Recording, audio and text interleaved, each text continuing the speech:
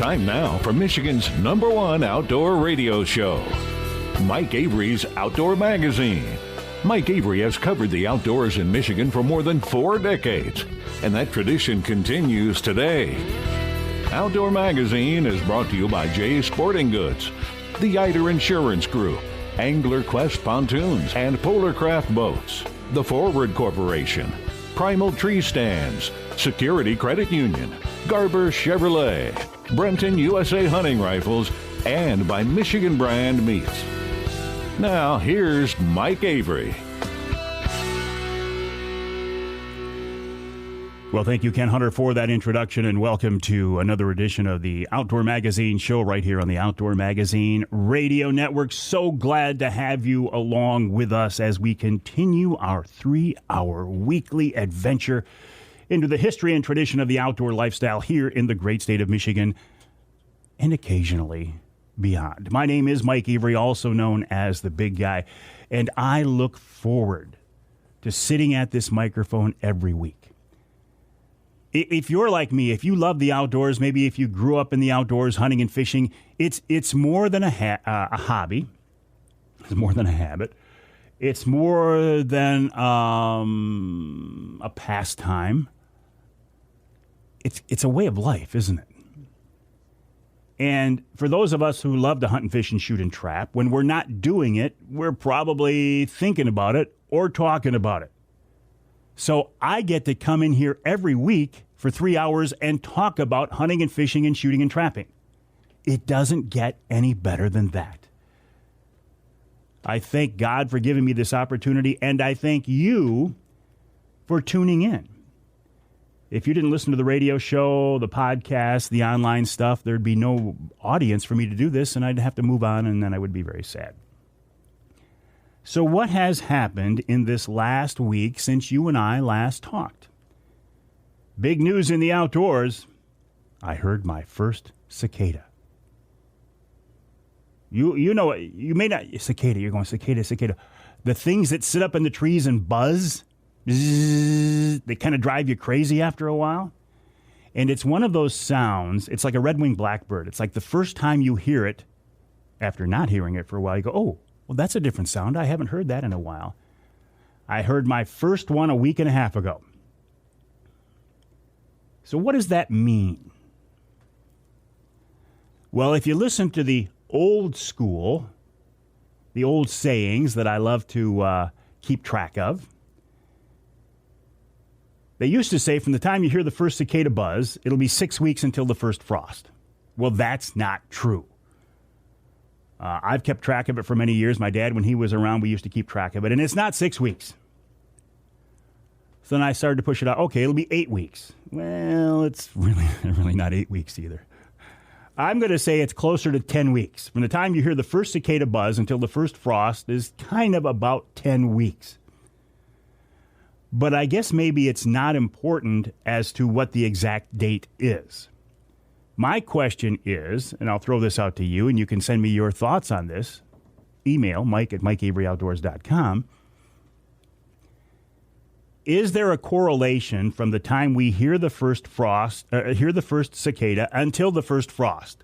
Meaning, the earlier in the summer that the cicadas buzz, does that mean our first frost is going to be earlier? One thing I can tell you is that the days are certainly getting shorter, right? Now, this past week, we've had some very hot, very muggy, I'm going to say miserable summer days. The type of days that actually make me think, I'm not wishing the summer away, but some cooler fall temps do sound pretty good. Well, when you realize that the days are getting shorter, we're moving that direction. I'm still out there chasing Saginaw Bay walleye. Had a couple of real good trips since we last talked. Continuing to experiment with those different clips I was telling you about, the OR-19s on the offshore boards, the orange clip, and I think I've figured out how to use them. Using the twist trick that Mark Romanak has online, the loop trick, I guess he calls it. Now that I've figured out how to run those, I'm absolutely sold. You pop the release, the board drops out of line. It's a beautiful, beautiful thing. Fewer tangles, less tangles. You're never going to get rid of all tangles. You start running 10, 12, 14 rods, and you're going to get tangles. But I like that. I like that a lot. The skinny water. Last time out, I was out with my grandson, Trent. We hit the skinny water, and we got a couple of fish, but man, did we have to work for it. And it just didn't feel right.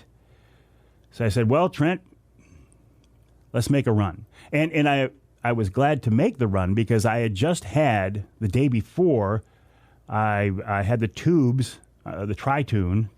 Tri-tune is 3 tubes, triple tubes, on my angler quest. As I sit in the dock all summer, I don't trailer the boat. I put it at a slip and I leave it there all summer. And because of that, because of where I am, I get a lot of crud on those tubes. Grass and algae and even some zebra mussels, they build up on there and it gets really grungy. And not only is it ugly to look at, it really slows down my top end speed. Now, I don't run that Angler Quest wide open, but I have to run it at a higher RPM to get, say, 20 miles an hour to get out to where I'm going. And with gas at $6 a gallon at the marina, I don't want to burn any more fuel than I have to. So I had the tubes all cleaned off, nice and shiny, and they look great. And it's like, midsummer shower for the Angler Quest. Feels great. So I said, Trent, I know the guys out deep are on to fish. And Trent, you know I'm not a big deep water guy, but let's give it a run.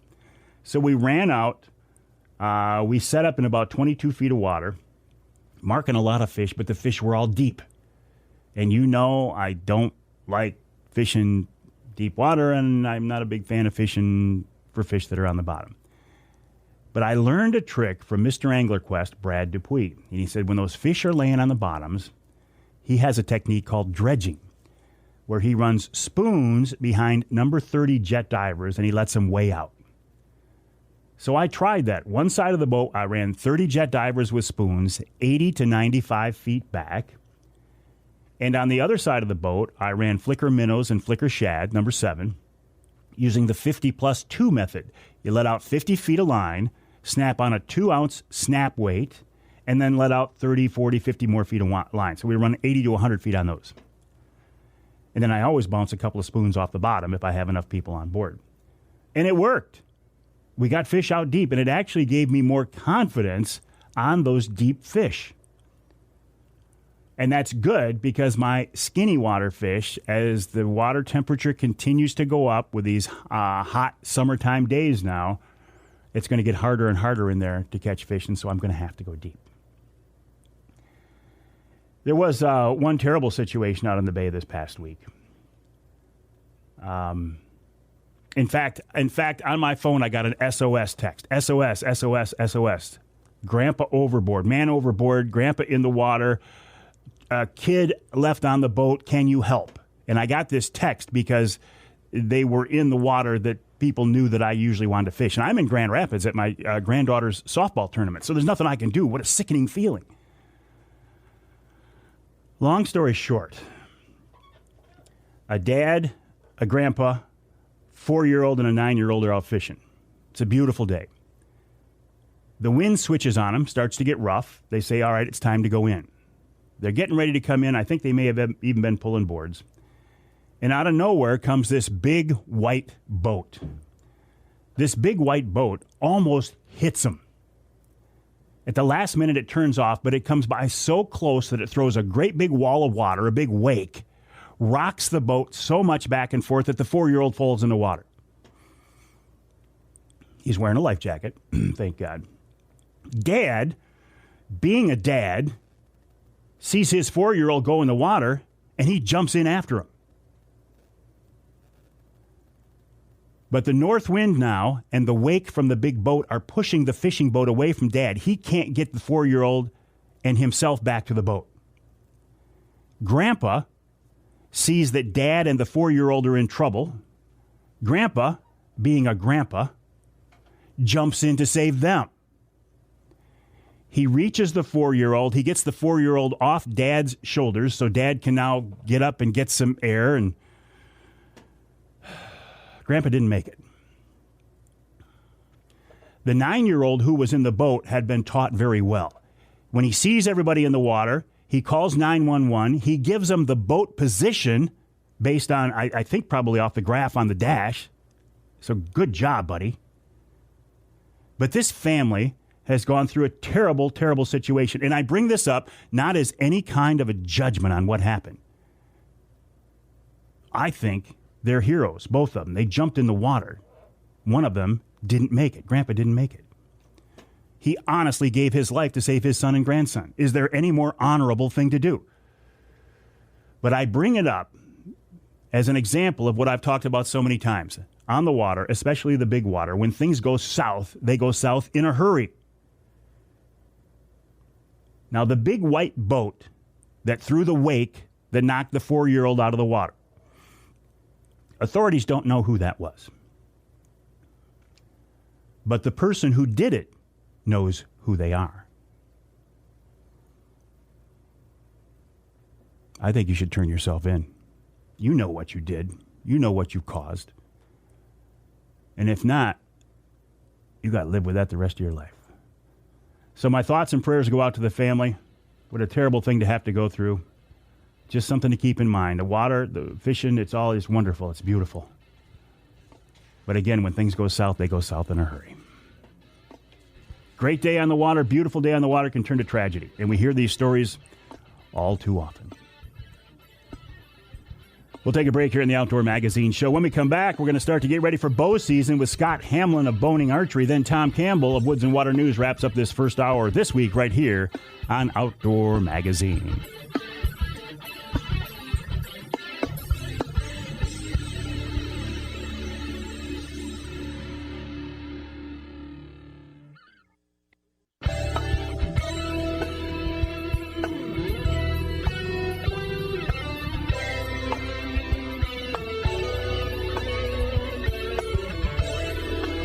You can hear the Outdoor Magazine Show in Flint on Sports Extra 1330 WTRX. You can hear us in Alpena on WZTK 105.7 FM. And you can hear us north of the bridge in Marquette on WDMJ 1320 AM. This segment of Outdoor Magazine is brought to you by MUCC's On the Ground program. OTG is a program to improve habitat for fish and wildlife across the state. For details, check out the Michigan United Conservation Club's website. It's MUCC.org. That's MUCC.org. And if you are signing up to become an MUCC member for the first time, I am an MUCC member, by the way, a proud member. If you want to join that organization, if you use the promo code MIKE, M-I-K-E, all caps, you can save 25%. Now, it doesn't cost very much to join in the first place, but hey, every few bucks helps. Go to MUCC.org, use the promo code MIKE, all caps, and save 25% on your membership. While you're online, if you would, when you get a chance, check out my website, MikeAveryOutdoors.com, MikeAveryOutdoors.com, and then head on over to this website, Bohning.com, Bohning.com. The Bohning Archery Company, Michigan-based Bohning, as I like to say, has been a leader in the archery industry since, 76 years now, something like that. This company has a long history of innovation in the archery world. And after 3/4 of a century, they continue to evolve and improve, come up with new manufacturing processes, new products. And I bring it up because, you know what? It is midsummer, right? But it's time to start getting ready for bow season. Like in my case, 3 weeks from now, I'm going to be in White River on a bow hunt for a black bear. So now's the time to start getting ready. Scott Hamlin is with Bohning Archery. He's also an avid archer, an avid bow hunter, and he's with us on the Outdoor Magazine phone line to help us start thinking that direction. Scott, welcome back to the show. How have you been? Yeah, very good. Good morning. So tell me, what's going on in the world of bohning these days? Well, it is getting to be that time when everyone's getting prepared for the onrush. People coming in at end of summer, starting to think about archery season. Well, for a guy like you, you never stop thinking archery, though, do you? Right. Yeah, we're out in the woods year round. So, in fact, you just got back from your camp up north, if I remember right, too. That is right. Yeah, up in the Trout Lake area. Boy, the blueberries are going to be thick this year. That time comes up in August. But we've got some cameras out, and my youngest son actually had an encounter with a nice-sized bobcat on the way out. So, and he actually got some of that on his phone video. During the daytime, Scott? Yeah. Is that unusual? The encounters I've had were in the daytime. Okay. The one time I had one, he was watching a flock of turkeys, so... Yeah, I think they're opportunists. Well, listen, when you're a predator in the wild, you got to take advantage. You have to be an opportunist. Hey, tell me more about Bohning. I alluded a little bit to the history of the company, but give me the rundown. Yeah, so, and many people, even here in Michigan, aren't familiar with the Bohning Company, which started right here in its very same location on 7 Mile outside of Lake City, which was Rawlings' family camp, and he and his wife both were archers. And, of course, you may have heard that story, but he couldn't get Fred Bear's new broadhead to stay in the Easton aluminum arrow and created an adhesive. He was a chemist. That started the company, and we're still here today with a third owner, which is just carrying on a family tradition. Well, that's interesting, and I don't want to let this point go by. Bohning has been around so long that you guys were developing products for Fred Bear and Bob Eastman. Not Bob. Yeah, help me out. Yep, Doug. Yeah. So certainly, is the start of the company is rooted in the whole archery industry.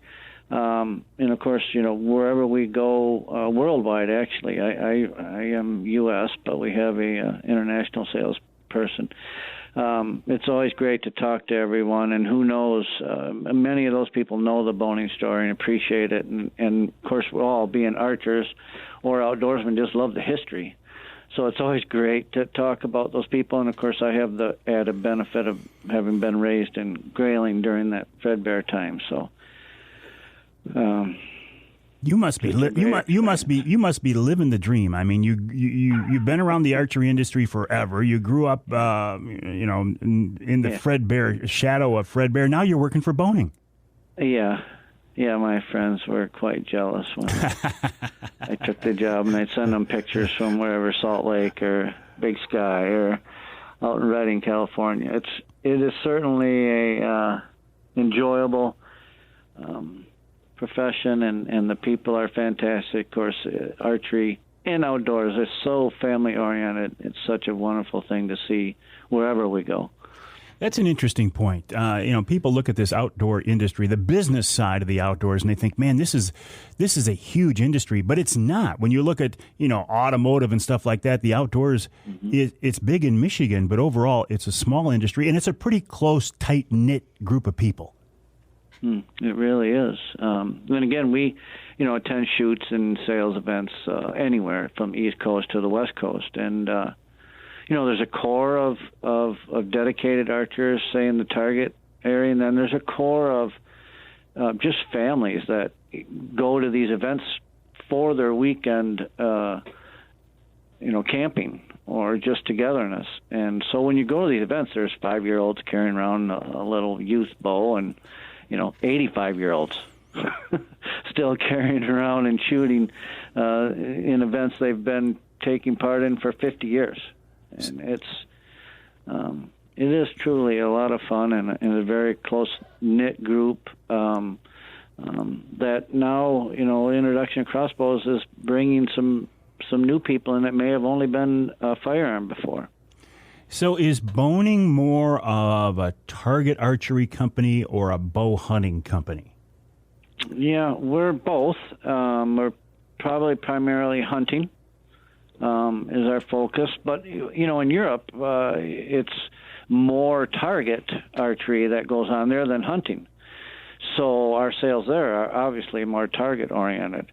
But as an overall sales, certainly hunting, because it's so huge here in the U.S., especially east of the Mississippi. And, of course, our Blazer vein, number one hunting vein in the world since 2008. What's that, 14, 16 years? There's millions of hunters. When you're making 40 million of them a year, somebody's using them. And it's hard to believe it's been that long since the Blazer came out. Yeah, and that was obviously long before my time here, and sometimes it's debated about when that was, but I believe it was 2007. And then, of course, we've been, the Reader's Choice vein of the year since then. In fact, I'm looking at all those things on the back of my wall here. And, the testimonials are just pictures. Look in any outdoor magazine, and probably 3/4 to maybe 80-90% of the harvest pictures, you'll see the Blazer right on their arrows. So they're used for a reason. We all spend a lot of time in pursuit of whatever it is that whether it's game or a perfect target round, and we rely on them and they work, and that's why it continues. For folks who don't know, let's clear up what that Blazer is. When Bohning came up with this, it was really thinking out of the box, because we used to think you needed a 4-inch vane, which is a big plastic vane or feather to steer an arrow, and you guys found out if you change the stiffness of the plastic and the shape of it, you can get by with a lot smaller vane to guide an arrow. That's correct. So it's got a leading edge, right? It's got a straight edge, if you will, and a rounded back. And it works very much like a two-door Blazer, if you've ever been in one with the back window rolled down, right? So you got that vacuum effect behind it, and it's really sucking that air into the vehicle in the case of a Blazer. But that's what helps stabilize that arrow, especially in the Blazer, especially in any kind of wind, and over distances of 40 yards, 50 yards, even out to 80 yards, performs better than any other vane. Any of our other vanes, any other vane in the industry, even copycat vanes, because the Blazer is made of a proprietary material, which, gives it that ability to steer, but also gives it flexibility to, avoid obstacles without being steered off paths. So it's an incredible product. It works in any distance, in any wind that's obviously huntable, and that's what makes it successful. Plus the 30 or 40 colors we have available in. Pretty high-tech stuff for a company that started out with a glue to put broadheads on a shaft. Yeah, it's an amazing story of the launch of that. And so I talked to an older gentleman who had been given some, put them on a shelf for 3 months, and finally got them out one Saturday and put some on some arrows and shot them. He said he immediately went back in and called the then sales manager here and said, "I apologize, these things are incredible." And that was kind of the start of the launch of the Blazer. Well, you can do all the marketing and all the advertising in the world, but it's really word of mouth, right? If you get a product that works and is successful, a target shooter or a bow hunter will tell his buddies, and that's the best marketing you can have. It is. You can sell it once, right, with fancy marketing. But it's just like a restaurant. You can get them to come in once. If it's not good food, they're not coming back. So I absolutely believe that completely is word of mouth, and maybe even more so in this industry.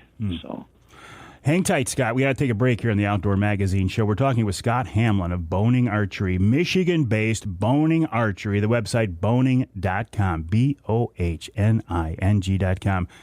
I think 76 years now. I think last year was their 75th anniversary. So think about this: 3/4 of a century in the archery business. As leaders, I've been around since the days of Fred Bear. And these days, if you are a shooter, a target archer, or a bow hunter, I will just about, I don't want to guarantee, but I'll make a strong bet that you've got some kind of boning product on your rig somewhere. I do. And it's time to start getting ready for the bow hunting season. Scott is an avid bow hunter, avid target archer too. But after the break, we'll get some tips to help us get ready for the upcoming shooting season from Scott Hamlin of Bohning Archery right here on Outdoor Magazine.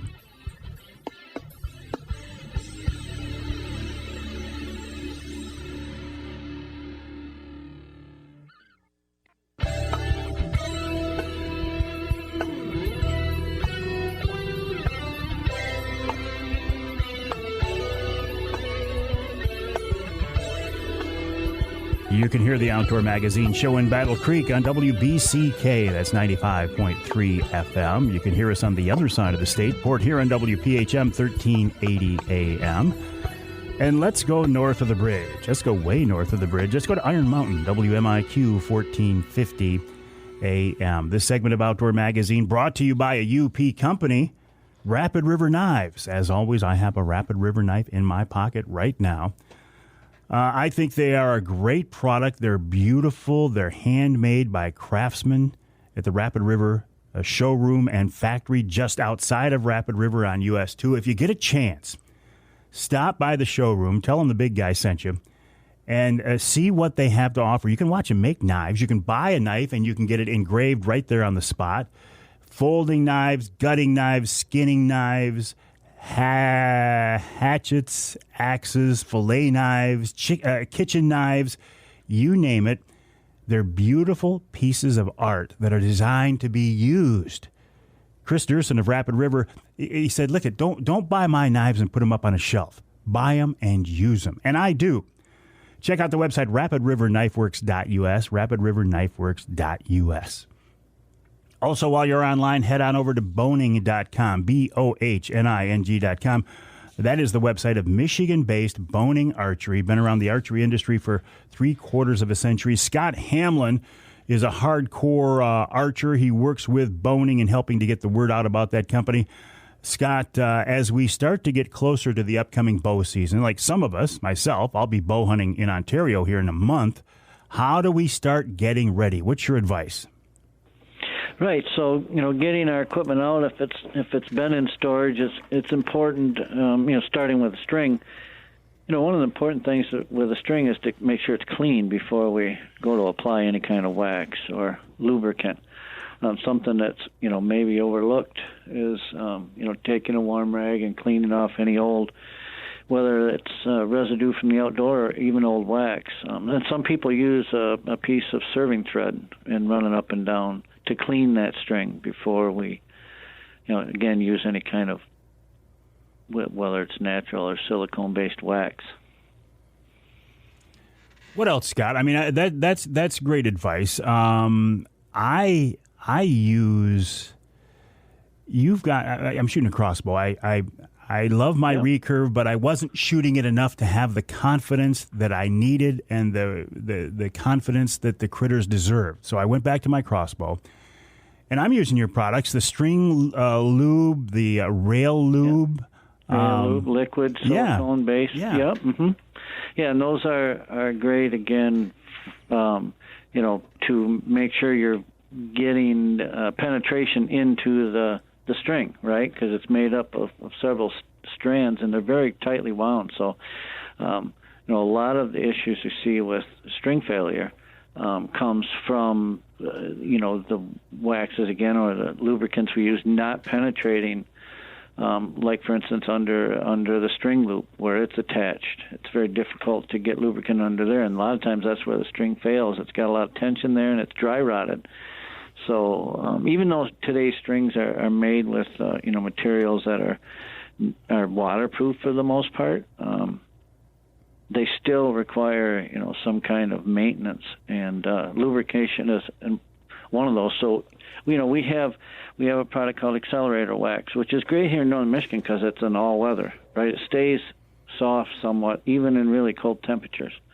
We're Seal-Tight, Tex-Tight, which are either a natural-based, beeswax-based, or silicone-based, or a harder wax. And, of course, because of that, they stay on the string a little longer, but sometimes they're harder to apply when it's really cold out. So there's some flexibility there. Of course, aside from the vanes, it's a good time if you want to switch over to blazers or take a look at your vanes. You guys don't make broadheads, but I think you do make field points, don't you? Correct. Yeah, we make the premium field point for the archery industry right now. It's guaranteed concentric. It's guaranteed to 1/800th of an ounce of its published weight. They're stainless steel. These things are absolutely incredible. Everyone that's used them has just loved them. you cannot really buy a better point at that price anywhere. So they're available, 1764, so all the way up to crossbow size, in a bullet point shape, which we're in the U.S. are more familiar with, and a concave, they call it, which is more of a pointed point, if you will. It's used in Europe in harder targets.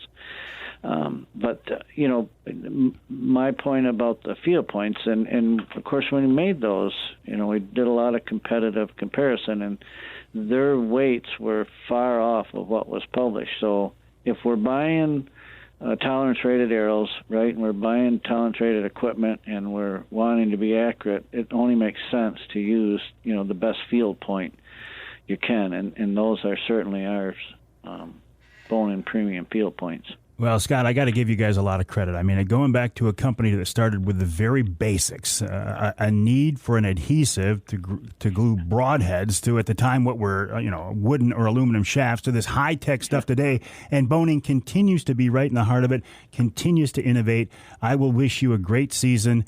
I'll encourage people to get out and shoot and look for Bohning products. Again, the website, bohning.com. Thank you, Scott. Best of luck. I appreciate that. Scott Hamlin of Bohning Archery. Again, the website, bohning.com. Bohning, bohning.com. A great Michigan company, and they have been for 3/4 of a century. Take a break here in the Outdoor Magazine Show. When we come back, Tom Campbell of Woods-n-Waternews will check in. You know that they're getting ready.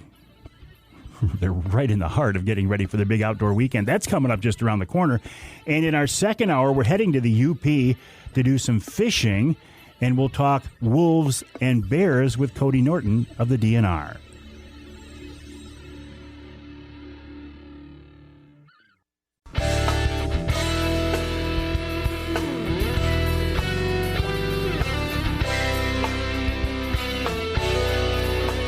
Time now for Michigan's #1 outdoor radio show, Mike Avery's Outdoor Magazine. Mike Avery has covered the outdoors in Michigan for more than 4 decades, and that tradition continues today. Outdoor Magazine is brought to you by Jay's Sporting Goods, the Eider Insurance Group, Angler Quest Pontoons and Polarcraft Boats, the Forward Corporation, Primal Tree Stands, Security Credit Union, Garber Chevrolet, Brenton USA Hunting Rifles, and by Michigan Brand Meats. Now, here's Mike Avery. Indeed, this is the big guy. Thank you, Ken Hunter, for that introduction, and welcome to hour number 2 of this week's Outdoor Magazine Show, right here on the Outdoor Magazine Radio Network. The show is heard on more than 30 AM and FM stations across the great state of Michigan, here for 3 hours each week, talking about hunting and fishing and shooting and trapping. Now, this is a radio show. It is recorded, scheduled, produced, syndicated, and distributed as a radio show. And I say that to make the distinction from all the outdoor-related podcasts that are out there. And I have nothing against podcasting. I love podcasting, but I want to make the distinction. This content you're listening to right now is available on your local AM or FM station. And I think that is the best way to get the content if you can. For one thing, the radio stations, the broadcast stations, get the show before the podcast is uploaded. So if you can, listen on your local AM or FM station. If your local station doesn't carry all 3 hours of the show, or if you live in some part of our state not covered by that broadcast signal, it's nice to know that there is a podcast version available. The podcast is the same content as the radio show, but it's made available somewhere other than on your local radio station. So the question is, well, where can you hear it? And that's a great question. On my website, MikeAveryOutdoors.com. It's on my Facebook page. It's on Amazon Music, Audible, Twitter, LinkedIn, Apple Music, Google Play, iHeartRadio, SoundCloud, yada, yada, yada, Player, Deezer, Odyssey, YouTube. Anywhere you get your podcasts from, you can hear the podcast version of the Outdoor Magazine radio show. Speaking of podcasting, some blatant self-promotion here. I also do monthly podcasts for Offshore Tackle, Angler Quest Boats, Polarcraft Boats, and Primal Tree Stands. In fact, today when we're done here in the studio with the radio show, we will record this month's Primal podcast with the man himself, Bob Ransom, the guy behind Primal Tree Stands. So keep an eye out for that as well. Regardless, though, of how you are listening, where you are listening, when you are listening, thank you so much. I do appreciate it. Oh, let's see. Our guest this time around is a guy I've been trying to get in touch with for a long time, but he's a very, very busy guy. I first discovered him actually online a couple of years ago. I saw him posting some very cool videos. His name is Benjamin Haight of Haight's Wanderings. His website, Haight's Wanderings, H-A-I-G-H-T, Haight'sWanderings.com. And I find his style of fishing and the areas he fishes very cool.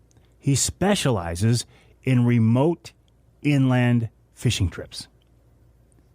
But rather than have me tell his story, why don't we get Benjamin on the line here and let him do that? Benjamin, welcome back to the show. How are you? I'm doing very well. Thank you so much, Mike. Hey, listen, it's a real pleasure. You're a busy guy. I mean, you're somewhere every week going somewhere fishing for something, aren't you? Yeah, I really am. I'm on the water as much as I can in the summer. So I'm a teacher, and I only have June, July, and August to fish, and I'm out there nearly every single day.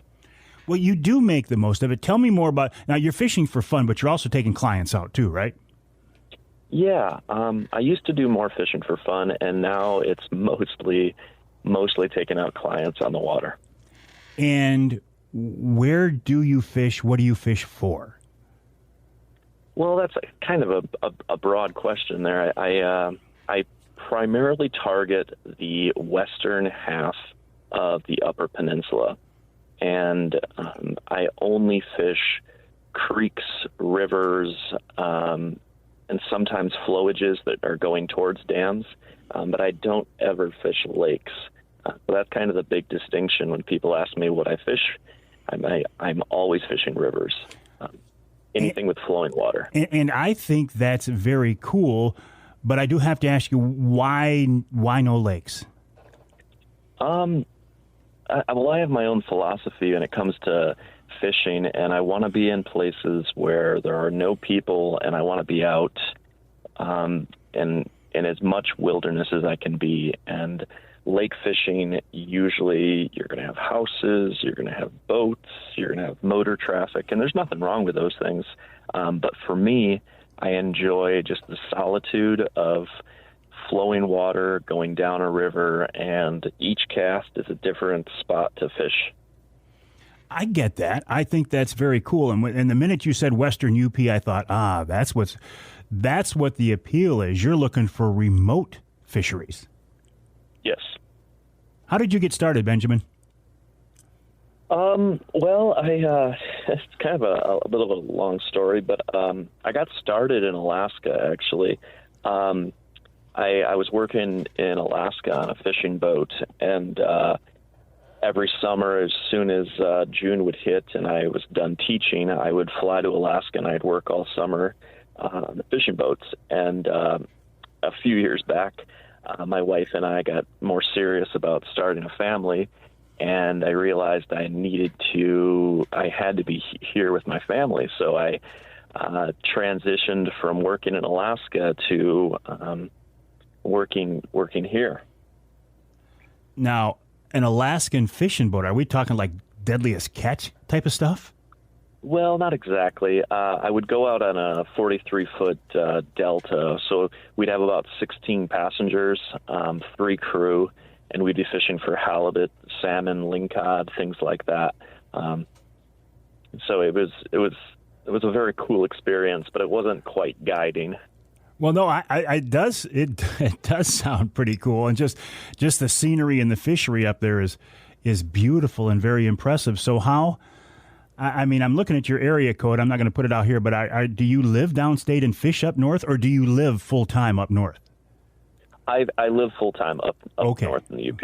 Okay. Yep. I'm situated in Crystal Falls. Okay. So then, when you decided to move back here to Michigan, was it an obvious choice, the direction that the business took, or was this a couple of year evolution? It was an evolution. I initially was making YouTube videos and just going out and fishing on my kayak, and I was just making these videos for family and friends. And I would have people that would send me emails that would say, hey, I like your videos. Would you be willing to take me fishing? And I was like, yeah, sure, no problem. I'll take you fishing. And so I started taking people fishing well before I had the idea of actually guiding anybody.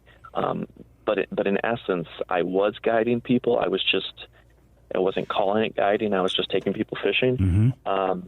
As I realized I needed to be here over the summers. My wife is a very business-oriented lady, and she's like, you should guide. You should dip your toes into that water and see how it goes. And I haven't looked back. When you take people out, then does that somehow diminish the experience for you personally, or does it actually make it more fun? No, it doesn't diminish it. I love fishing. Don't get me wrong. I love catching fish myself, and being, out there by myself. But being with just two other anglers, because my raft is a small raft. I have one angler in front and one angler in back. I get as much enjoyment out of, those people catching their first muskie, or catching a big 18-plus inch smallmouth, or I don't know, seeing a wolf on the river, or seeing otter, or anything like that. Those experiences are, even when they're with other people, I love showing people some of these places. So this is a pretty intimate experience. It's not like when I take a half a dozen people out on my angler quest on Saginaw Bay, which I love. I absolutely love it. But it's a whole different ballgame than what you're talking about. Yeah, it really is. It's about as remote as you can get in Michigan. I'm based in Iron County, Michigan, so I think we have 11,000 square miles here, and we have one true stoplight in that 11,000 miles. Where you stop at all four sides and whatnot. So it's we get a lot of tourism up here in the summer, but it's a pretty small community up here. But these tourists, though, they're not going to get too far off the beaten track. So I'm thinking what you have to offer, you're talking true UP remote wilderness fishing. Yeah, and as remote as you can go in a single day. That's the caveat right there. There are more remote places, but they take 2, 3, 4 days to float down through, and I'm not quite willing to do overnight trips yet. That's a little bit that's more involved than I can be. Oh, sure. But for single day outings, I try to make them as remote as possible. And there are places you could go fishing that you're going to catch more fish with people and houses and whatnot. But I prefer to try to create the experience rather than trying to catch as many fish as we can. It's more about catching a few quality fish at the same time of being out in a place that's wild. That's very cool, Benjamin. Hang tight. We got to take a break here in the Outdoor Magazine Show. We're talking with Benjamin Haight of Haight's Wanderings. His website, haightswanderings.com. Check out his YouTube videos as well. And maybe even book a trip with Benjamin to some of these remote, beautiful waters of the western UP of the great state of Michigan. More coming up with Benjamin Haight right here on Outdoor Magazine.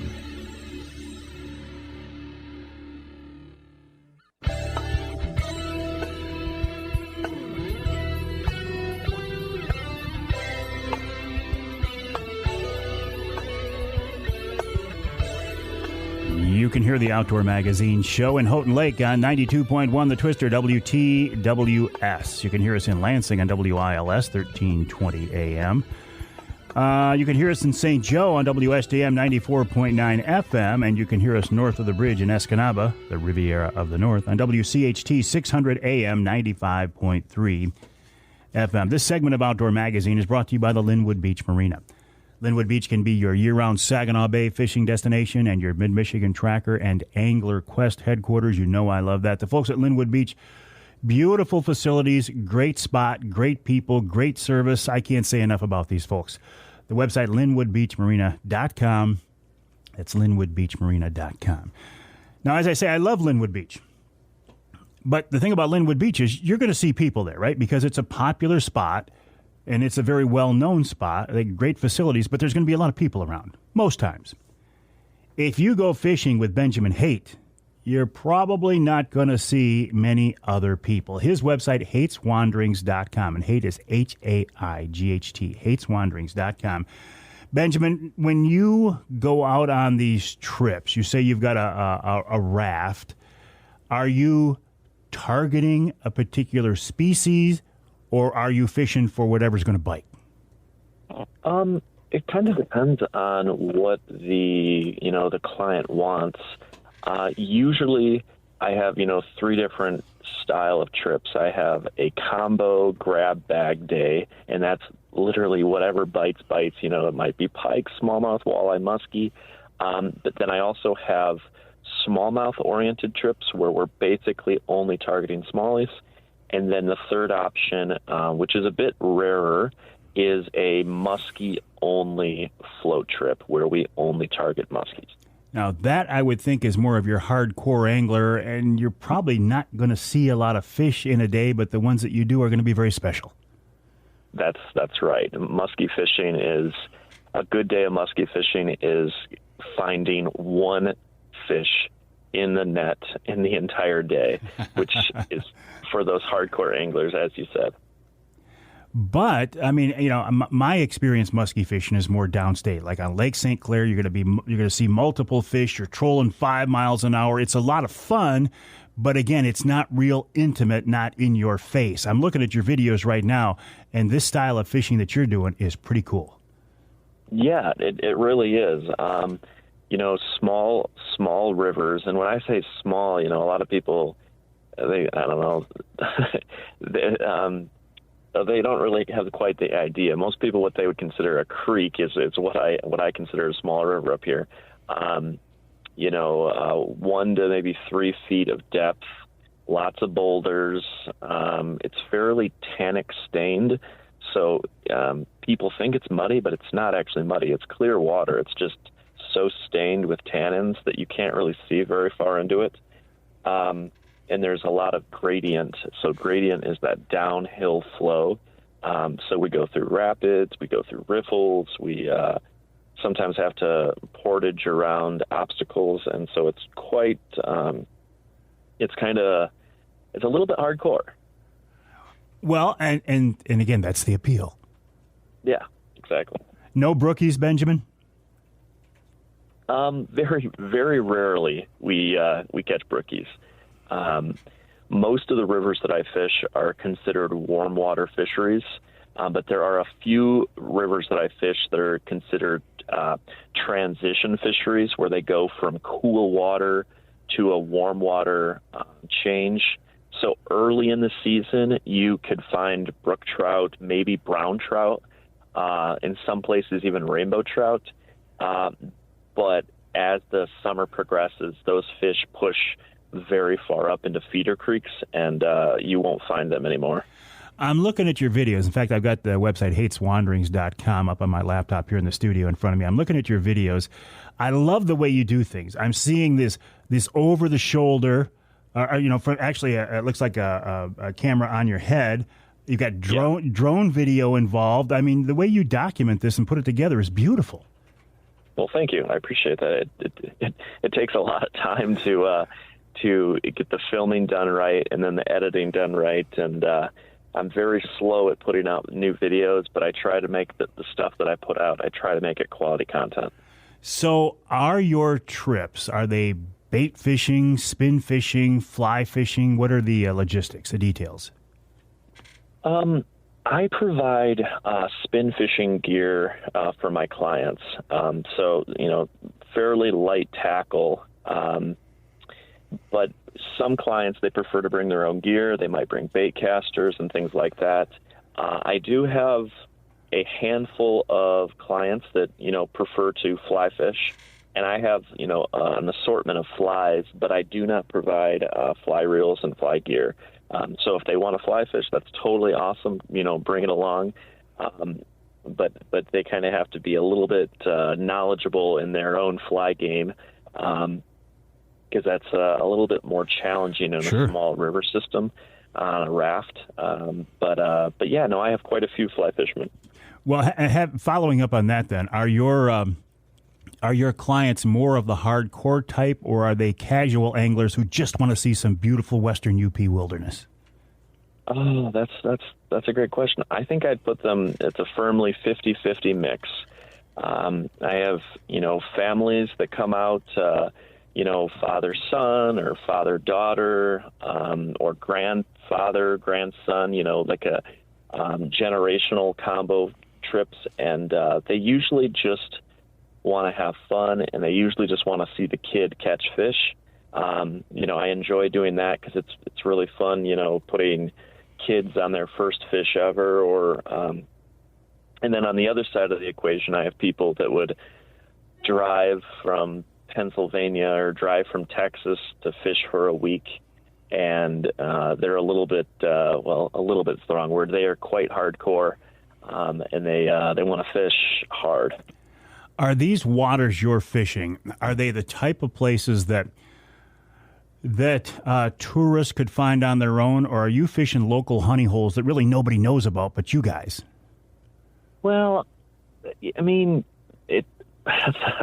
they're not really local honey holes. But they're also not places that a tourist could really find. Mostly, the problem with the UP is that, we have all these rivers, but we don't have any access. The access is the hardest part. And so,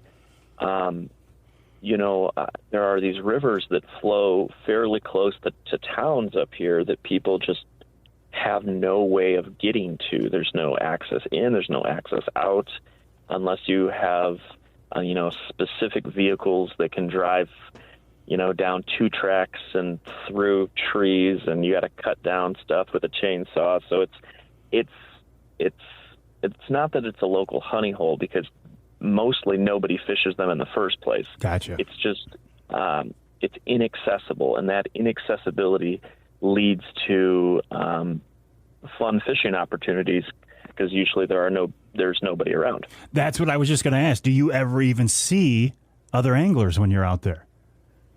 Yeah. I mean, occasionally I'll run into a shore fisherman or somebody on a kayak or a canoe. But generally speaking, I don't see a whole lot of other people on the water. There are people that fish all over up here, but there's so many different rivers that it's really spread out, and that's one of the nice things is you can go on so many different tracts of water, and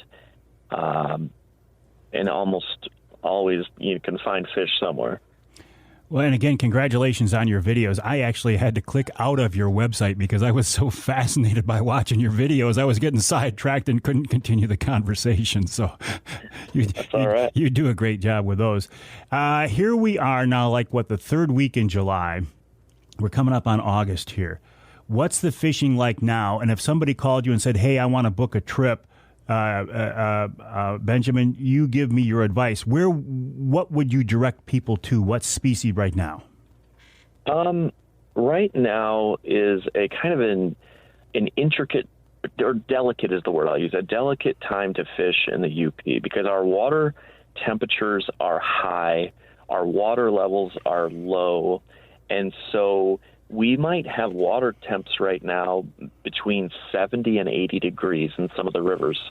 And, ethically speaking, you shouldn't target muskie in that range. They don't do very well. And so when people want to fish, in the middle of the summer, it's mostly just fishing for smallmouth. Maybe a walleye would bite, maybe pike would bite, but I don't really target muskie in the height of the summer, just because they're a fairly delicate fish, even though they're so large. And you mentioned how you would get in contact with me.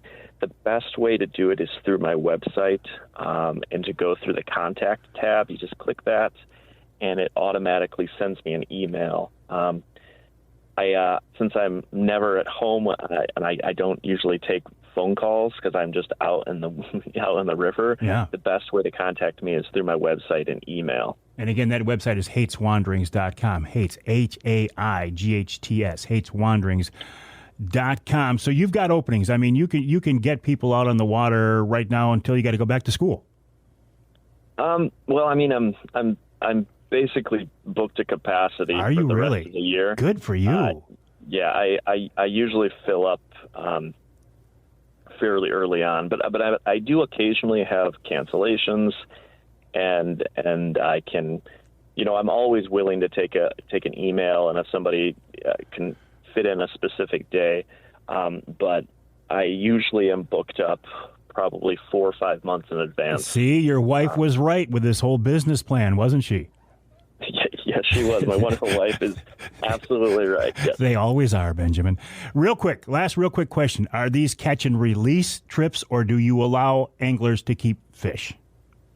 I'm a 100% catch and release fisherman. I have a philosophy here, and I'm trying to respect the local people that are fishing, and so I only do catch and release. I'm doing my best to, while I promote the UP, I don't want to exploit the UP.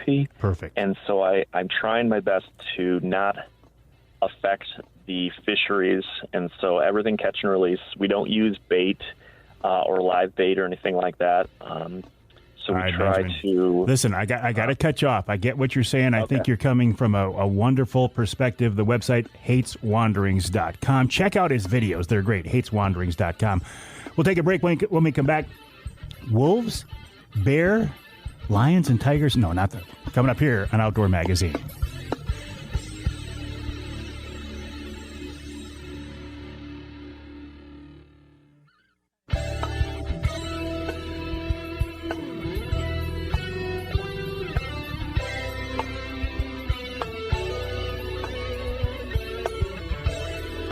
You can hear the Outdoor Magazine show in Houghton Lake on 98.5 WUPS. You can hear us in Muskegon on WKBZ 1090 AM.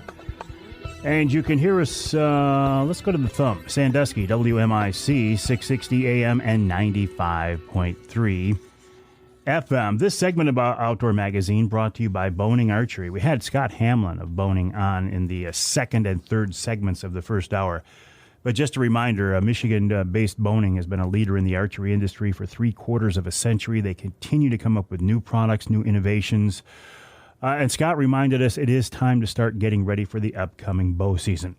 You can check out Bohning's website at bohning.com, Bohning, bohning.com. I want to turn my attention now to Cody Norton. Cody is the technical term, large carnivore specialist for the DNR. I think that's it. That means he works with bears, wolves, and cougars. What a cool job that is. And Cody's with us now on the Outdoor Magazine phone line. Welcome back, Cody. How are you?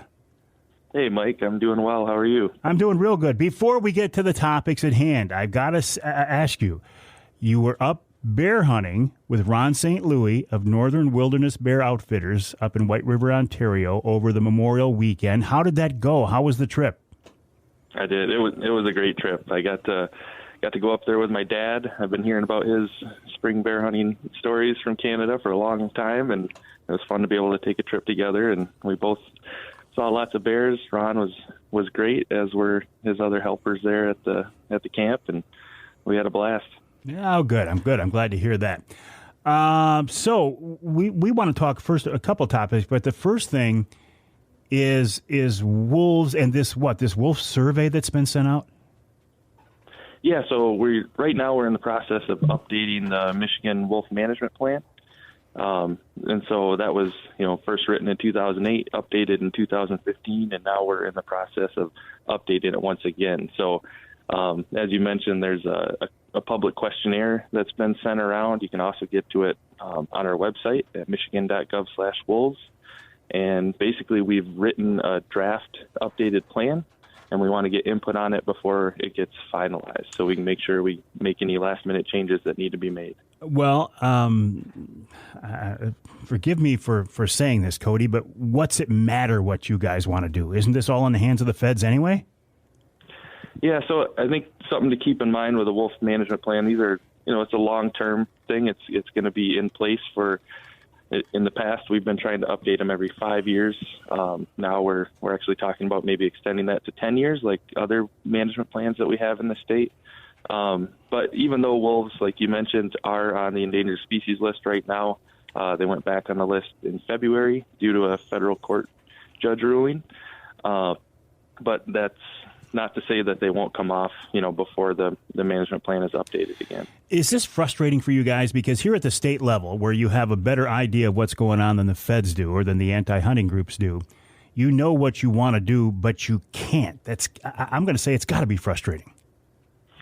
Yeah, absolutely. It's kind of been a yo-yo, right, where they come under state management and then they get taken right back. In the Fish and Wildlife Service, they have continued to try to get wolves removed from the federal list. We know that wolves in Michigan here are recovered, but lawsuits that challenge delisting have been successful so far. So this plan, this draft proposal, what's it call for? Sure. So, and I think something else important to keep in mind is our wolf management plan addresses, the majority of it is things that we can still be doing while wolves are, listed as endangered. So okay. It addresses everything from, dealing with nuisance wolves to providing, wolf-related benefits for folks that want to get out and experience having wolves on the landscape, different public outreach opportunities, things like that. But then, does address lethal control due to, nuisance issues or depredations, as well as, public harvest as well. So does the plan in general say we want to have a wolf hunt as soon as we can, whenever we can? So the plan really lays out a couple different options for what public harvest could look like. So it doesn't say, we will do this or, are going to do it, just because they come off the list. But it kind of lays out two frameworks for, us to consider if wolves were under state management authority in the future. So the first one really lays out, a scenario where we would have a public harvest to try to address nuisance issues or conflicts related to wolves, whether it's livestock depredation, dog depredation, safety risks, anything like that. And there was support from the Wolf Management Roundtable, who originally provided, all the recommendations for what our management plan looks like. And so that has had support. That is how the 2013 hunt that took place was kind of structured after. And then there's another, kind of alternative setup for a potential public harvest that would be for other reasons, whether it's to provide recreation for people that just want to go out and hunt wolves, to provide utilitarian benefits, like if you want to, use a wolf hide to make something out of, or the skull or the teeth or the claws or whatever, part of the animal you might be looking to use. So it's laid out in there. It doesn't say we, will do it necessarily, but it kind of lays out some, a basic approach. Gotcha. Cody, we got to take a break here. I'm going to do one more wolf-related question after this break, and then we'll turn the Ask Avery segment into a bear-related question. We're talking with Cody Norton of the Michigan DNR, the website michigan.gov/DNR, about the wolf survey that's out there now. Also got to ask him how you can get to that survey. And bears coming up in the Ask Avery segment right here on Outdoor Magazine.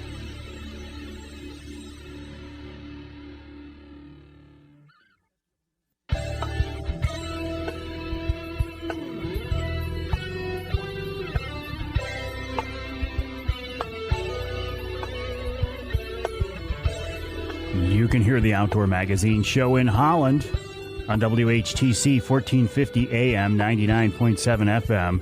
And you can hear us in Manistee on WMLQ 97.7 FM. The Ask Avery segment is brought to you each week by my friends from Security Credit Union. Security Credit Union loves to work with outdoorsmen and women, and they can help you with your next outdoor adventure. Check them out online at securitycu.org. That's securitycu.org.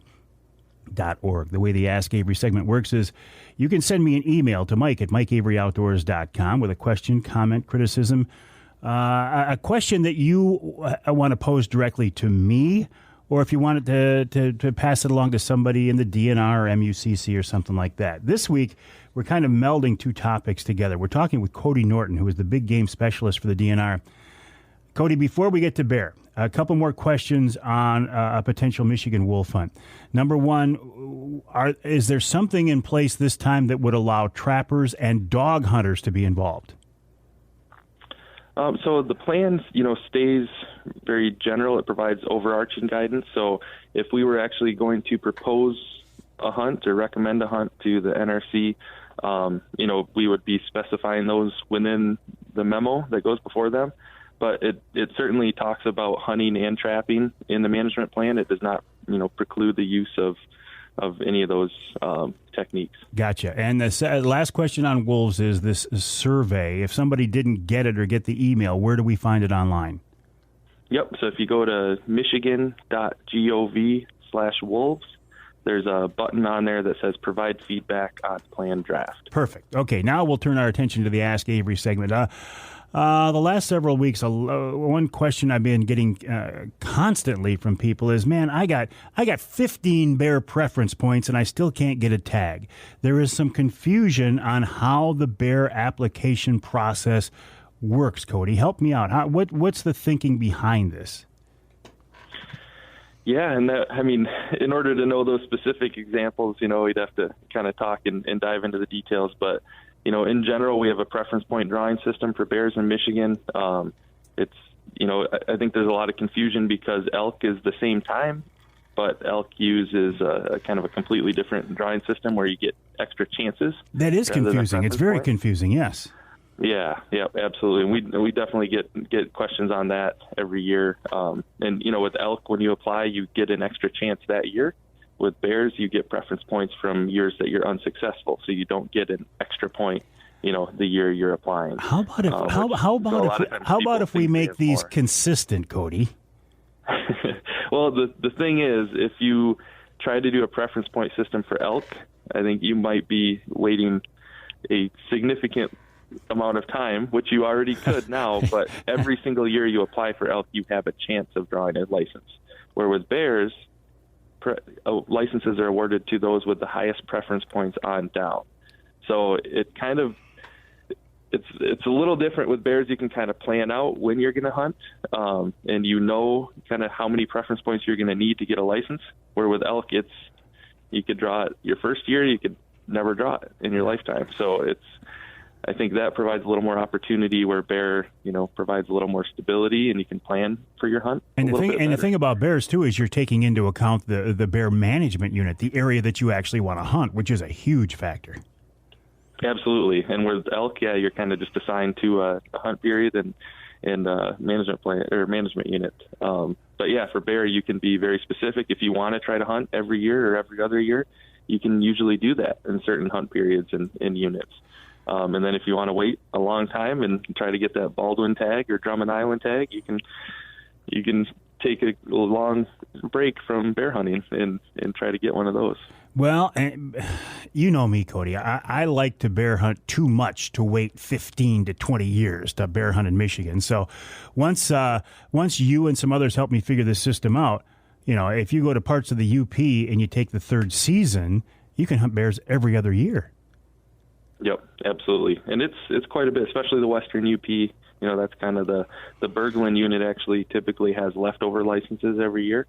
So if you get there early enough or, log online early enough that day when they go on sale, you might be able to pick one of those up too. But something to keep in mind with that is if you buy a license, even without, through the normal application process, you still forfeit your preference points. So if you're saving up for a unit, don't go buy a leftover and lose your points. Do you know, and this might be unfair to ask you right now, I don't know if you've checked recently, are there any leftover tags available in the UP right now? I believe Berglund has just over 100, actually, or at least they did. So they went on sale for unsuccessful applicants on July 18th. And so, some of them I'm sure have been bought up, if not all of them. And then for folks that didn't apply on July 25th, you could look at picking up a leftover license as well. All right, Cody. Good information. Always appreciate you checking in. So let's see. Are you bear hunting in Michigan this year? I'm not. I just put in for a preference point. I just got a bear last fall. So saving up a couple points at least for a second season tag up here. And you got a White River bear in the freezer right now anyway, so good for you. I do, yep. All right, Cody, listen, always a pleasure. Cody Norton of the DNR, michigan.gov/DNR if you want to get involved in the wolf survey, michigan.gov/wolves. We'll take a break here in the Outdoor Magazine show. When we come back, actually, we're taking a break for the top of the hour. When we come back in our third hour, we're going to talk with Vance Gawel about running dogs for bear in Michigan this time of year. They're out training bear dogs right now. He's also involved in a charity activity to take wounded veterans out in the woods as well. I think that's pretty cool. That and wild game chef extraordinaire Dixie Dave Minar coming up in hour number 3 of this week's Outdoor Magazine.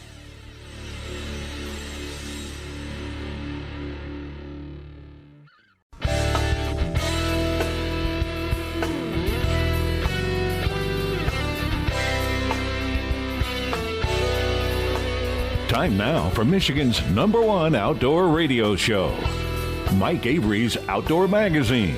Mike Avery has covered the outdoors in Michigan for more than 4 decades, and that tradition continues today. Outdoor Magazine is brought to you by Jay's Sporting Goods, the Eider Insurance Group, Angler Quest Pontoons and Polar Craft Boats, the Forward Corporation, Primal Tree Stands, Security Credit Union, Garber Chevrolet, Brenton USA Hunting Rifles, and by Michigan Brand Meats. Now, here's Mike Avery. Well, thank you, Ken Hunter, for that introduction, and welcome to hour number 3 of this week's Outdoor Magazine radio show here on the Outdoor Magazine Radio Network, heard on more than 30 radio stations across the great state of Michigan. And so glad to be along with you this week. It's an interesting time of year. Heard the first cicada here recently, which means, what does it mean?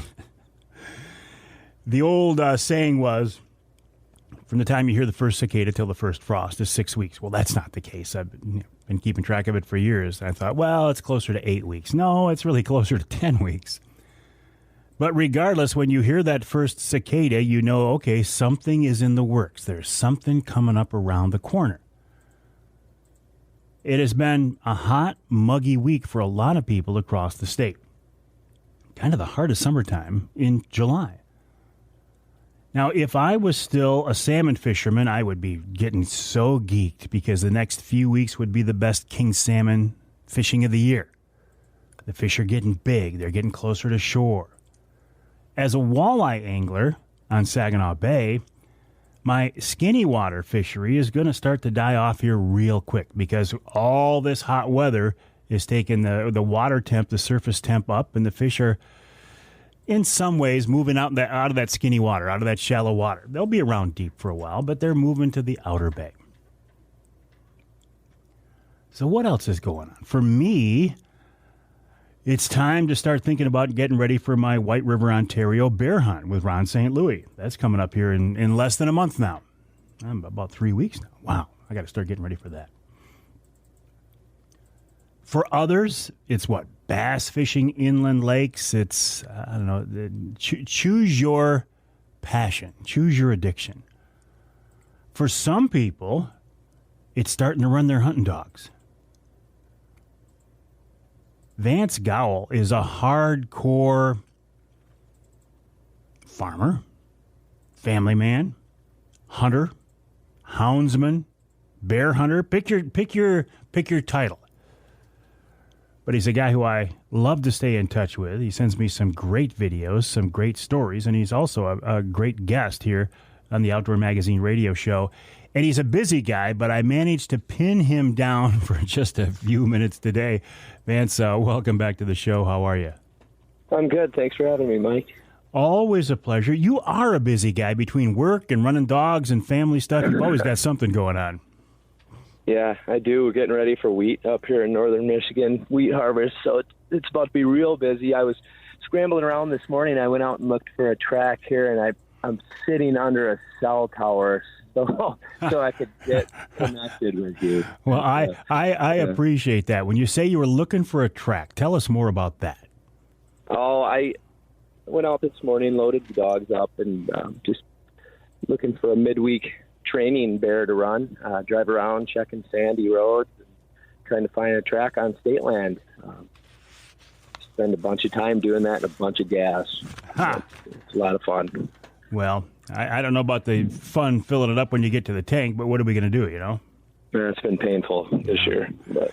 So for folks who don't understand, Vance, you're not hunting bears right now. You're not harvesting. You're not killing bears, but you can legally be out running dogs on bears. Tell me more about that. Yeah, July 8th, we can start training, looking for bears and running bears and treeing bears. And it's basically like catch and release fishing. We find a track, get the dogs on it. Sometimes the dogs catch up to the bear where they can get the bear jumped, and they get on it and eventually put it up a tree. And then we go in and take pictures, take the kids in, look at it, and walk away and let the bear go on digging grubs, eating berries, whatever he was doing the rest of the day, and go find another one. We just do it over and over. It never gets old looking at bears in the tree, working with dogs, and especially the young dogs. It's a lot of fun. Oh, I know what you mean about that. Not about the running dogs, but seeing bears. I mean, every bear I see, big, small, young, old, sow, boar, it's fun. It's a treat. Yeah, it just never gets old. They're all a little bit different. And people probably wonder, well, it's a black bear. They all look the same, but they're not. We actually get to know them. Some with white markings, on the chest, and black muzzles, big bears. You become accustomed to seeing them over the years, the same ones, and it's a lot of fun. So you will run the same bear more than once? I've run the same bear multiple days in a row, yeah. Come across the same ones, checking the same swamps and roads, all state land, and and once legal baiting starts, 30 days before the season, you'll be. I've ran the same one in the same day before, All right, Cody. Vance, forgive me on this. All right, you know I'm a fan of what you do. You know I'm a big supporter. But some people are going to say, isn't it harassment if you're targeting the same bears over and over again? Aren't you harassing them? I don't think so. If you'd watch them, we stay behind, take the dogs out after we catch them in the tree, and you'll watch them come down. They just walk away. I mean, half the time they lay up in the tree, and it almost looks like they fall asleep when we're down there. So, they move on and go about their business. And we got big areas, but you see the same ones over and over, and you run the same ones over and over. I would say this: if this week it's been hot. It's 11 a.m. right now. I'm done. If I'm the little bear at 10:30, I've got things to do. I'm moving on. It's too hot the rest of the day. It's too hard on the dogs, and it is too hard on the bears when it's 90 degrees. So we tend to let them go in those type of conditions and not pursue them. So what you're doing now, is this strictly preparation for bear hunting season, or is this bear training almost an activity, a goal in itself? Yeah, I guess it's just getting the dogs in shape this early season. Like I said, it started on the 8th. I've probably gone 7 or 8 times now. I've been out quite a bit and just trying to get them in shape. They are in shape pretty much now.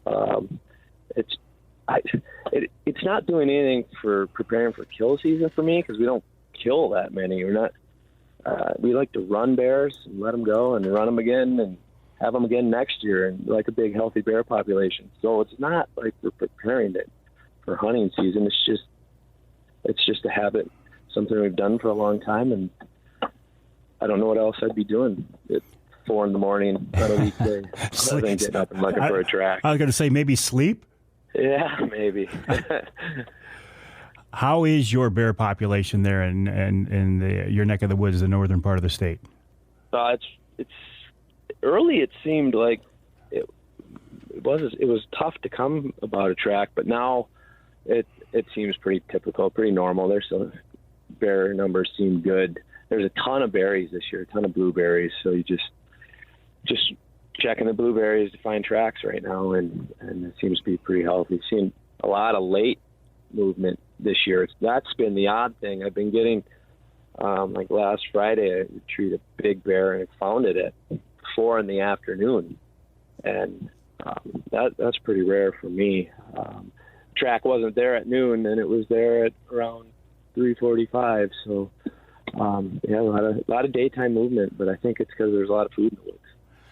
Boy, berries, yeah, they love berries. If you get a good berry crop, they'll take that over just about anything, won't they? Yeah, that and acorns. Yep, beech nuts. Yeah. So again, going back to this finding a track, what are you doing? You're driving the 2 tracks, the sandy roads, the trails, looking for tracks. Yeah, in bear areas, places that you'd find bears, swamps, around food, just hanging out the window with a high-powered light, looking straight down the shoulder of the road, looking for where a bear crossed the road, and then wait for it to get light out, and hopefully, the bear was through there recent enough that the dogs can pick it up and take it and do something with it. What kind of dogs are we talking, Vance? I've got tree and walker hounds. We had those. My dad had them coon hunting when I was young, so just kind of I've always stuck with those. I do have one plot that a buddy gave me, a plot hound, and my dad has a plot hound, but mainly I'm doing tree and walker hounds. And these black are and white, look like a big beagle. I was going to say these are bigger, long-legged hounds, right? Yeah, my biggest dog's probably 55, 60 pounds when he's in really good shape. But I kind of tend to hunt dogs on the smaller side, more females than anything. So. Why is that? I feel like, especially when it comes to bobcat hunting in the winter, I just feel like the females are smarter. They're just the big dumb males. Well, sometimes it seems like their minds on other things. Half the population listening right now will tell you the same thing. Yeah, I get it. Hang tight, Vance. We got to take a break. We're talking with Vance Gawel here on the Outdoor Magazine Show. Vance is an avid outdoorsman, an avid houndsman. You heard him talk about bobcats. He runs bears, maybe even coyotes, but I know bears this time of year for sure. This is an interesting topic. Some people don't like folks running bears with dogs. And I get that, but listen, it's a legal method of outdoor recreation, so I support it completely, and I support what Vance is all about. We'll take a break here in the Outdoor Magazine Show. When we come back, there's lots more to talk about on this subject and more with Vance Gawel right here on Outdoor Magazine.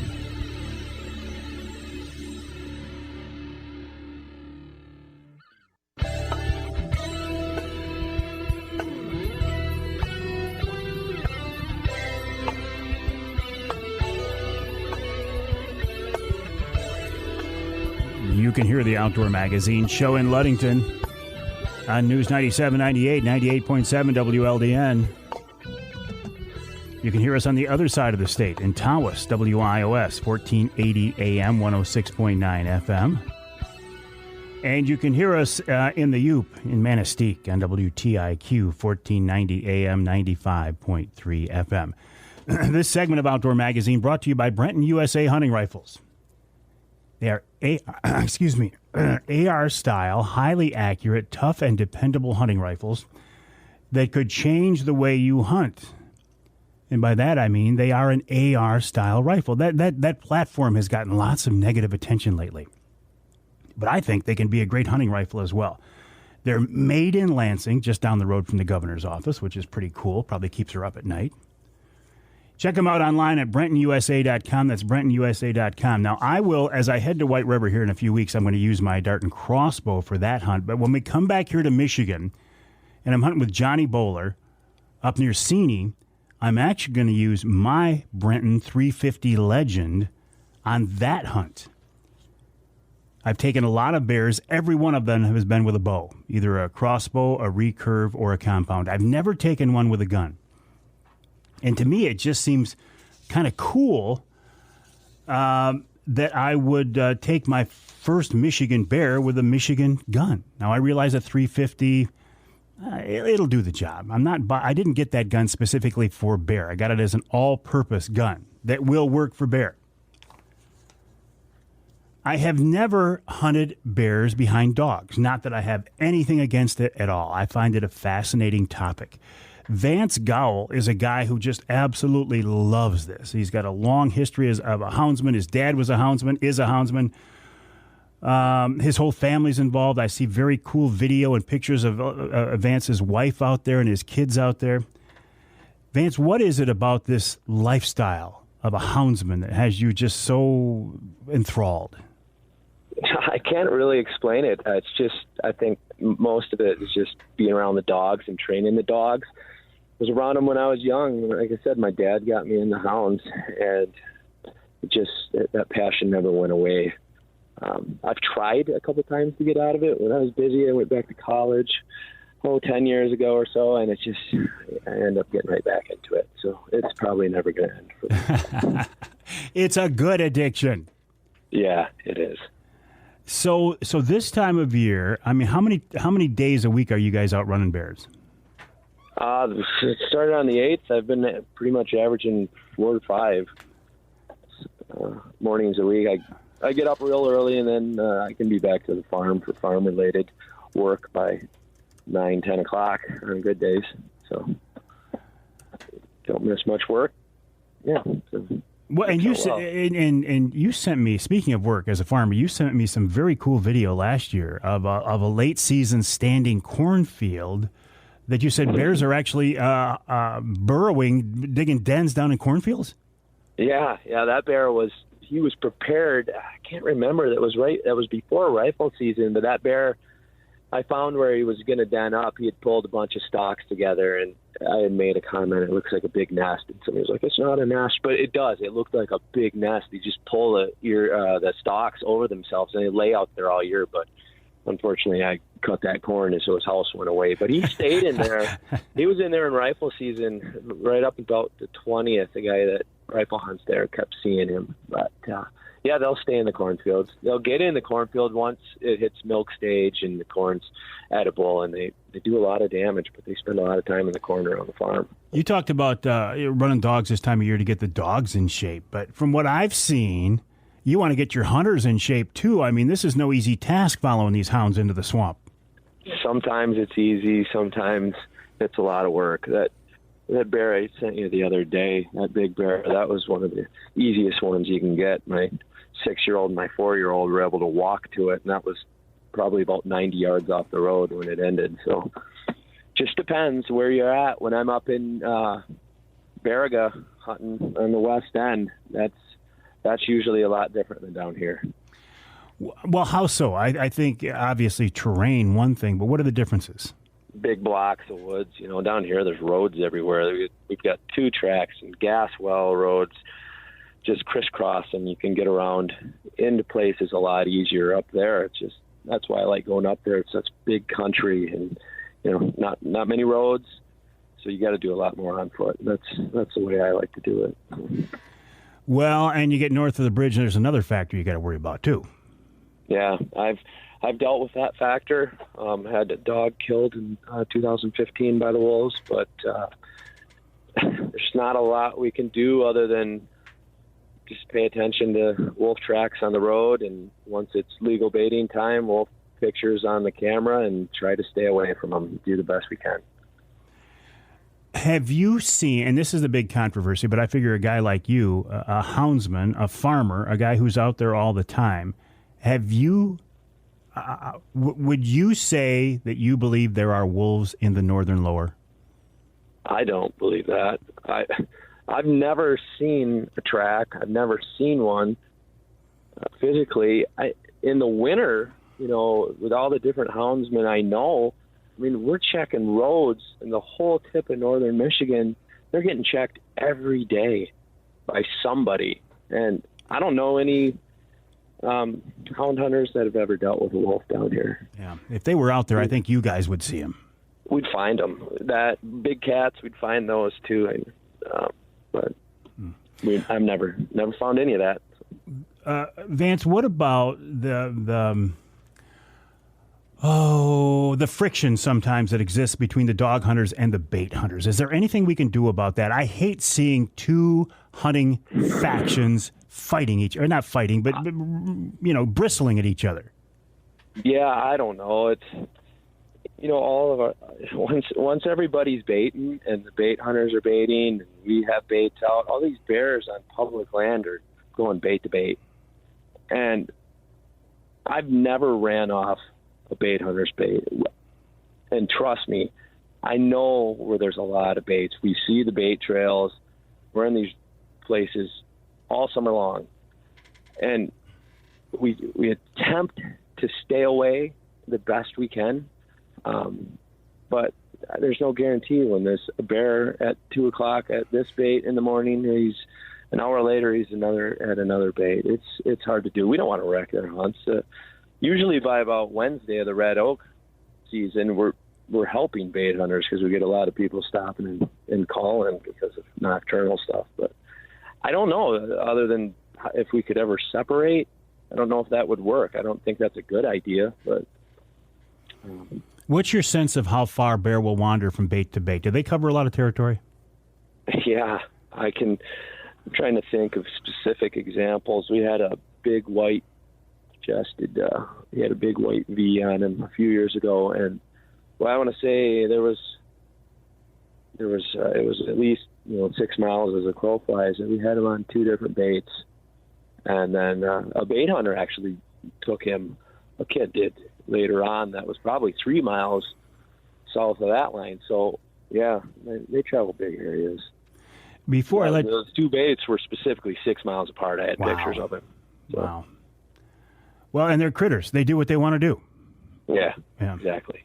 Hey, before I let you go, Vance, I want to talk about this. I'm going to call it a project, but you can correct me, that you're involved in about getting some very special people out into the woods. Tell me more about that. Yeah, so there's an organization called Hunters for Life. I met a guy named Mark Evans that runs it. And I specifically found out about it from the Farmer Brothers. You've had them on the show before. Oh, yeah, they did a hunt last year with a fella, and it's on that website, huntersforlife.com. They video all this stuff, and it was the most amazing hound hunt I've ever seen. They carried this guy in, he had physical difficulties, incredible. And I was like, man, I got to get involved in this. So I am now. I've got that organization is hosting 7 different hunters this year, bear hunters. So they find people that have horrible things, terminal cancer, stuff like that, and they find people to donate their bear tag to them. And then we go out, it's a nonprofit, and we do everything we can to put these people on bear, whether it's a bait or hounds. I'm specifically working with a veteran from the Army that lost his eyesight in a suicide bombing in Syria in 2019. And he's legally blind. His father uses a Bluetooth through his scope, helps him get lined up, and then pull the trigger. Wow. But that is my goal this year. Like I said, I think I've said it before, the killing of the bear is the last thing on our list to do. But that is my number one goal, to get that guy a serious bear, and I'm going to do everything I can to do that. But it's a great organization, huntersforlife.com. I go check out the website and check out the Farmer Brothers, and the guy's name was Shannon that they took. It's incredible, and it's a lot of fun to help, and I can't wait. I was involved with a Make-A-Wish hunt way back in 2009. We got a terminal kid a bear, and there's nothing better. Huntersforlife.com. As long as we're talking this subject, is there any place online? I mean, is there like a Vance Gawel Outdoors.com or anything like that, Vance? No, I'm not a guide. I have to have a guide license for elk hunting, but I don't sell bear hunts and stuff. I just take friends or do stuff like this. This is what I'd rather do than make money off it. I didn't know you were guiding elk hunters too.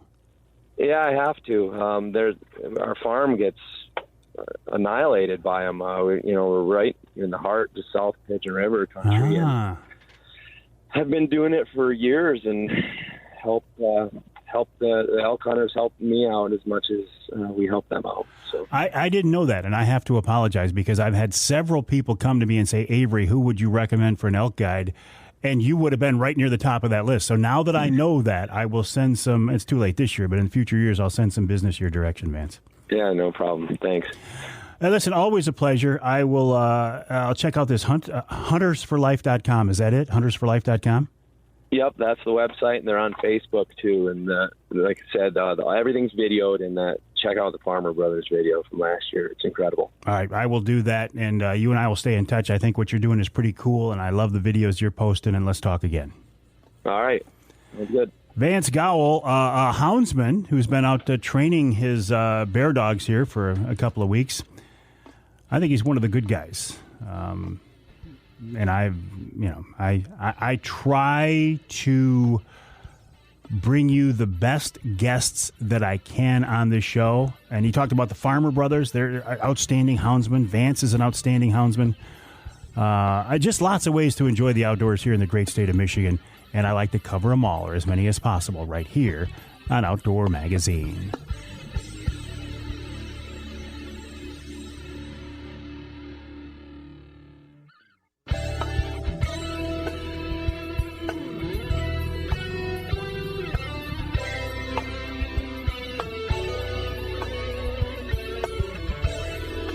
Welcome back to Outdoor Magazine. My name is Mike Avery, also known as the Big Guy.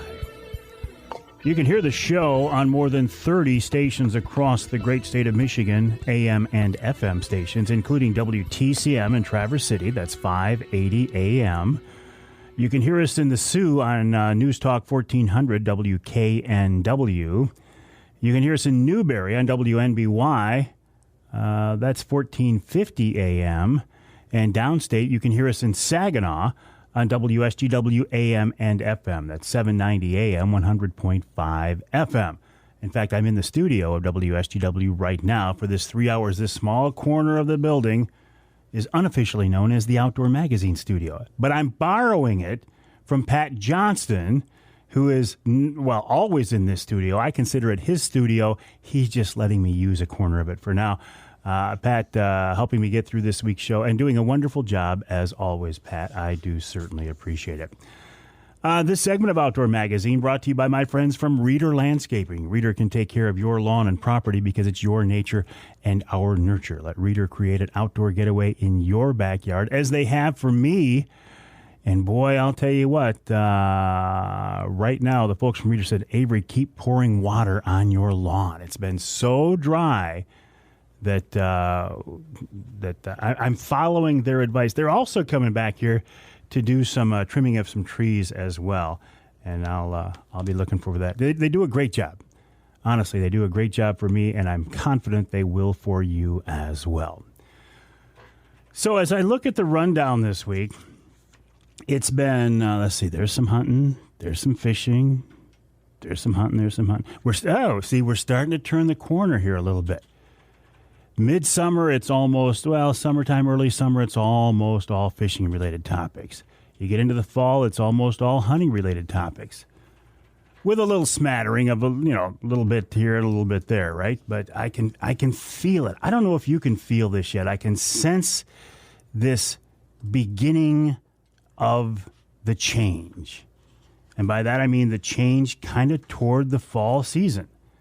I first noticed it when I realized, the days are really getting shorter. And then I heard that first cicada buzz. It's like, oh boy, here we are just around the corner.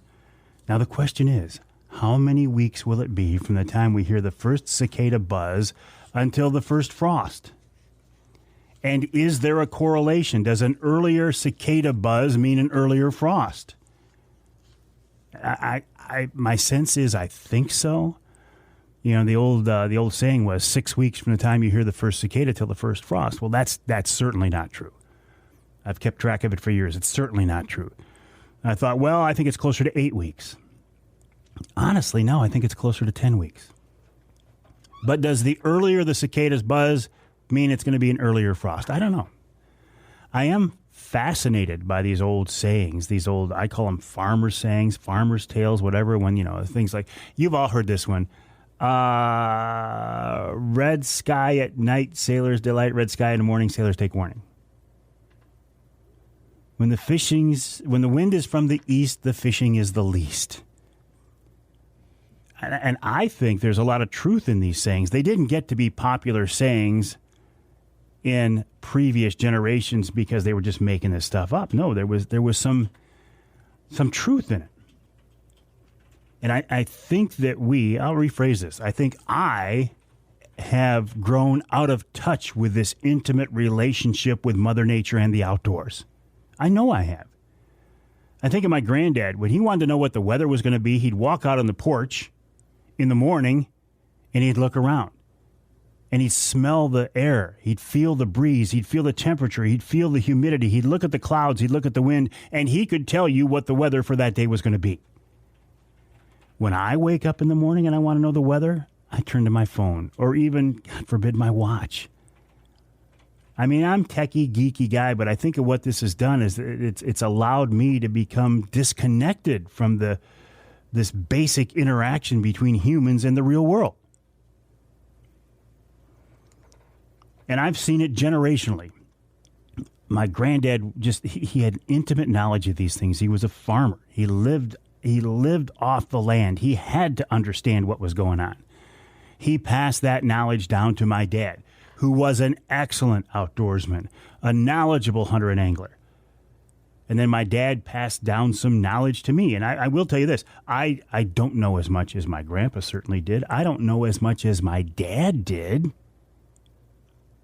I tried to pass down knowledge to my his son James. Now, fortunately, to be honest with you, James is a better hunter and angler than I am. So the decline in knowledge stopped that generation. So I'm glad to hear that. And then James passed it down to his kids and my other grandkids. I just think it's imperative and it's positive and it's a blessing to be able to keep this knowledge and relationship with the real world in place. And by the real world, I don't mean phones, computers, laptops, and I love that stuff. But we use that as a crutch. It's good to get outdoors. It's good to get wet. It's good to feel the rain on your face. It's good in the fall and the winter to be cold. It's good to be uncomfortable. It's okay because it reminds us that we are not in control. We are not in charge. In today's modern technological world, it's so easy to click something or press a button and get an immediate response. But when we deal with the real world, weather, Mother Nature, fish and critters, it doesn't always work that way. And I think that's good because it reminds us what our place is in the world today. We'll take a break. When we come back, we'll wrap it all up with wild game chef extraordinaire Dixie Dave Minar right here on Outdoor Magazine.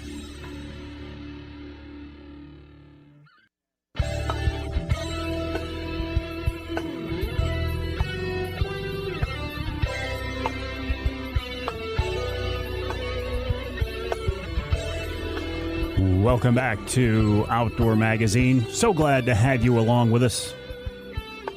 This is really something I look forward to every week. I mean, to be able to sit in this studio at this microphone and talk about the outdoors and have it be my job doesn't get any better.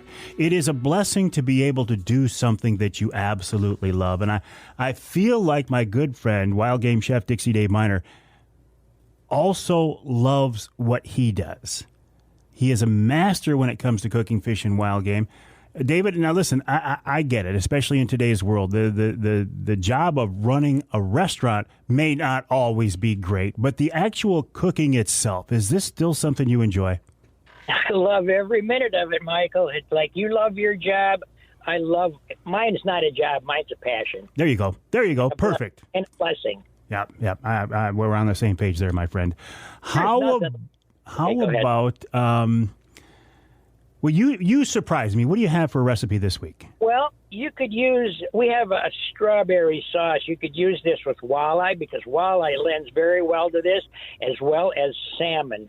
Both of them pick up this flavor and just just makes it wonderful, So you're going to need about 8 to 10 ounces of boneless, skinless filet per person, whether it's salmon or walleye. This is we've done this with walleye more than salmon, but I've had it numerous times. So you need a couple of beaten up eggs, a couple 2 to 3 ounces of strawberry schnapps. You can buy that in half pints too, so you don't have to buy a whole bottle. And a small onion, it doesn't have to be very big, diced up real fine. A 12-ounce jar of chicken gravy, or you could take the fish bones, whichever you're doing, the carcasses, and boil it for 15 or 20 minutes, strain it through a hair fine sieve, and thicken it up with a little cornstarch, and that would just be great too. 2 ounces of heavy cream, about a tablespoon or so of fresh butter, a tablespoon of chopped parsley, about 3/4 of a pint of strawberries. Fresh would be better, but if you use frozen, that's going to be okay. Cut them in half. Reserve that on the side. You need about 1/4 of a cup of almonds that have been toasted. You can put that in a hot oven or put them in your broiler for a minute. It really brings out some more flavor, the nutty taste. A little bit of white pepper, and if you like lemon or lime, either one of them would go good. Flour and a little olive oil. So you're going to pat the fish off a little bit with a paper towel, dredge it in flour, then in the beaten up eggs in a pretty hot saute pan, a little bit of oil. Brown the fish on both sides. Start with the rib side down, so when you turn it, the rib side would be up. Put the fillets in a large oven-proof casserole. You might have to do this in 2 batches, but you want to wipe it out each time you pan so you don't burn stuff. And at the end of that, you're going to wipe the paper towel into the pan and get all the little bits out of there. And saute the onion for just a minute or so on a medium high. You don't want to get it brown, just to break some flavor loose. And so take the pan away from the stove, put the schnapps in the pan, and if it catches on fire, okay, but if not, let it simmer for a second, and then return it to the burner. Then you can add the gravy, the pepper, the cream, some nice fresh butter. Bring it up to a nice, real good boil. Reduce it down a little bit by about 1/4, okay? And then you're going to spoon this all over the mixture and just cook it for, I don't know, maybe 8 to 10 minutes with all of this sauce on top. And the last little minute, you're going to add the almonds and the berries around the fish, about half of the berries. It's only going to be in the oven for another 2 or 3 minutes just to warm up the berries. And then you're going to put these on nice, larger platters, if you like, and you can surround it with some steamed vegetables, boiled potatoes or rice, top with a little bit of parsley, and then arrange the almonds around the top and the rest of the berries. So you got, a nice, really good-looking dish. It looks real hearty, and it is, too. So, will fish continue to cook after you take it off the heat? Oh, absolutely, especially on a barbecue.